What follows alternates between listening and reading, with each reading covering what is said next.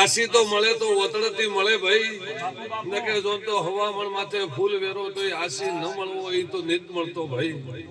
એટલે મારું જે દેવની આસી છે એ ઓતડાની આસી છે.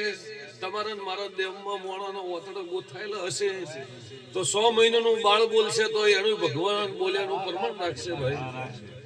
આવું વેળાએ મારા પ્રભારીઓ એટલા ઉધી ગુણ ગાયા હશે, એટલા ઉધી મારા દેવના મોન ભાવથી આયા હશો. ગાયાનું એ પ્રમાણ મારો ભગવાન રાખશે. આવું વેળાએ હું સદાઈ માતા કહું માવજી ભાઈ. પછી ભાઈ જે બાધા વાળી માતા એવું બોલી હોય, જેને જેને ભાઈ પર્સનલ બાધા હોય એની જો ઓકડે વાત મળતી હોય તો એ વાત મનથી મોનજો ભાઈ. ને કે તમે એ કેમ કે પેલો કે એમ કે એમાં ભુવાની બદનામી થાય, મારી દેવની હસી થાય, એવું ન થવું જોઈએ ભાઈ. ભુવા તો કદાચ તમને હવારે દાડે ઉજે એની દિવેટ વતાડીને ઘેર દાશે. વેળા કેને હાચવી, ઘર ધણીએ ને હાચવી ભાઈ.